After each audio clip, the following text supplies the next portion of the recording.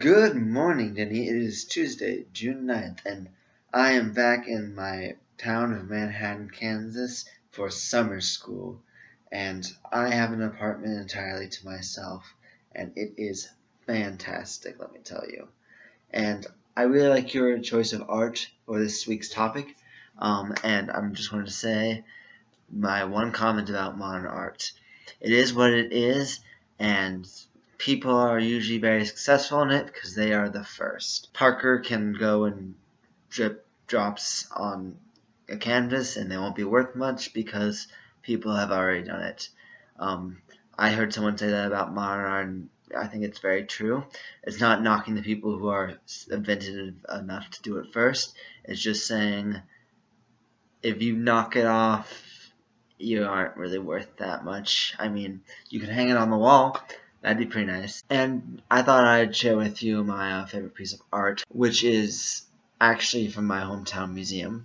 I know it's pretty overrated or cliche. Not overrated, cliche. Nelson Atkins Art Museum in Kansas City has these shuttlecocks outside their building. You know what a shuttlecock is, right? I mean, it's that thing you play badminton with. I always thought that was a weird name for what it is. I mean, shuttlecock.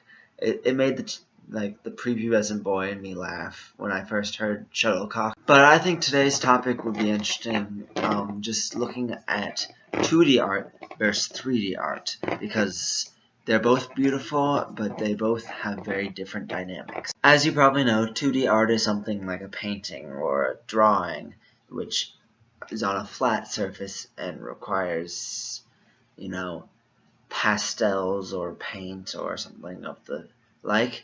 And 3D art is something that is in a 3D space, like a sculpture or, architecture, which both I find very fascinating. I'll be honest, I'm a little biased to 3D art, but 2D art is amazing as well. But most people think that 3D art is exclusively sculptures, and they don't really consider architecture or,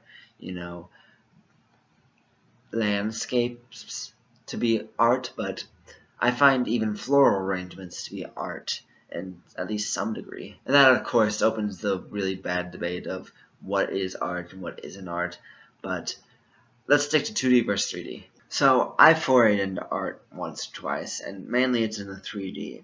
And I used to take a pottery class for 2 years during high school, and I made some pretty it was their stuff. I mean, I'm no artist by any stretch of the imagination, but I do find 3D art a little more easy to get into. It's very difficult to master, just like any art form, but I found it at least easier to step my feet into. Now I have punch balloon, 2 punch balloons, 3 punch balloons. I don't think I talked too much about 2D versus 3D art. I'm not the best person to talk about art, but I do find it fascinating to look at. I just don't know a whole lot about it. All I can say is modern art and Renaissance art, and really, I think all art is beautiful and unique in its own way, and I don't really have personal preference. The only thing I just don't really like is two-dimensional art that's not concept art.